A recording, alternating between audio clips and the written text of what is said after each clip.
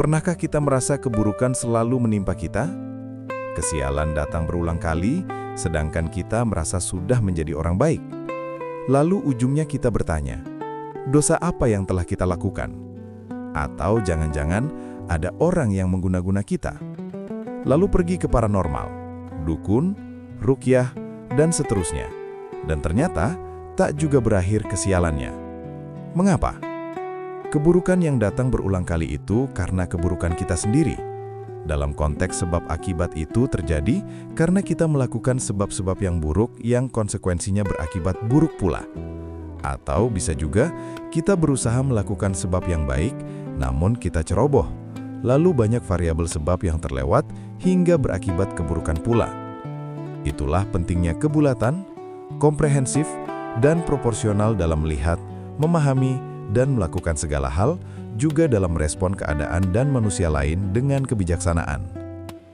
Dalam konteks agama Islam, ada ayat yang In ahsantum li anfusikum, wa in asatum falaha.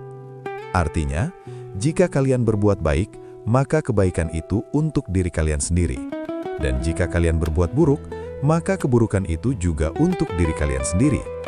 Al-Quran Surah Al-Isra ayat 7. Kebaikan akan berbuah kebaikan, dan keburukan akan berakibat keburukan bagi yang melakukannya.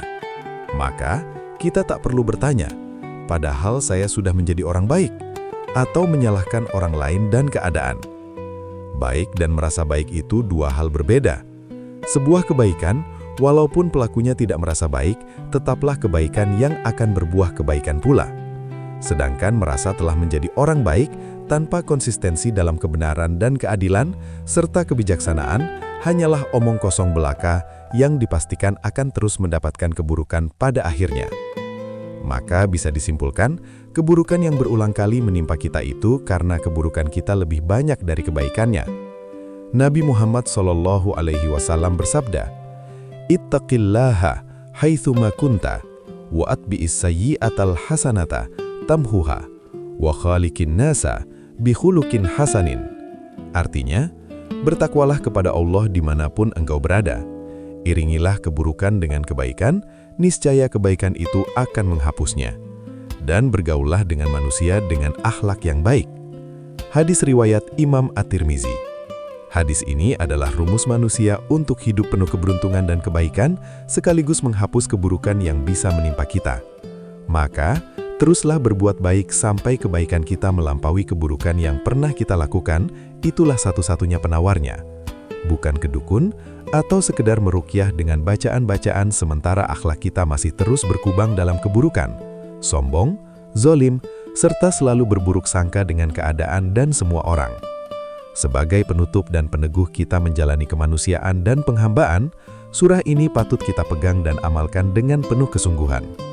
Wal asri. Innal insana lafi khusrin illa alladhina amanu wa amilus solihati wa tawassaw bil haqqi wa tawassaw bis sabri. Artinya, demi masa, sesungguhnya manusia benar-benar berada dalam kerugian, kecuali orang-orang yang beriman dan mengerjakan kebajikan, serta saling menasehati dalam kebenaran dan saling menasehati dalam kesabaran.